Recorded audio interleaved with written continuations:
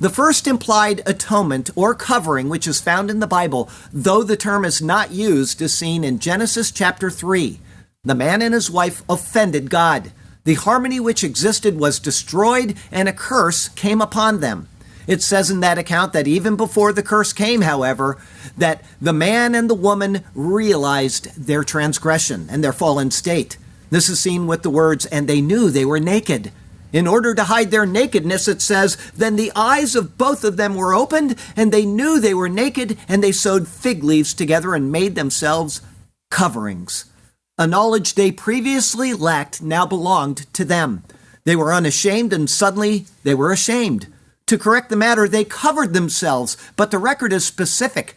They didn't just use leaves to do so, they used te'enah, or fig leaves. From this point on, the fig takes on a particular meaning in Scripture based on what is seen right here. The fig signifies a spiritual connection to God or the lack of it. This is seen, for example, in the words of Jesus in Mark chapter 11.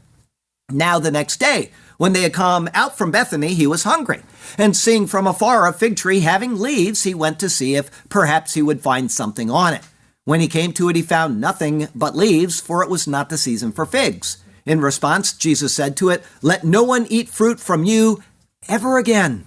Jesus was making a theological point concerning the place where he had left the day before and where he immediately returned to the next day, meaning the temple. Jesus' cursing of the fig tree was a parable of the ending of the temple rites and the law of Moses as God's means of restoration with him. The spiritual connection of the law was to be severed. A lot of people say the fig tree symbolizes Israel. That is incorrect. It symbolizes a spiritual connection between God and man. He was taking us back to Eden with this parable. The man and the woman had tried to make a spiritual reconnection through the leaves of the fig to what they had lost, but it was too late. God rejected that. He cursed the serpent, the woman, and the man. Death entered the world through the act, and then came the judgment. The spiritual reconnection could not come through their efforts. The fig leaves were insufficient to restore what had been lost. But while standing there, covered in their own unsuitable works, the Lord spoke out words of promise via his curse upon the serpent. And I will put enmity between you and the woman, and between your seed and her seed. He shall bruise your head, and you shall bruise his heel.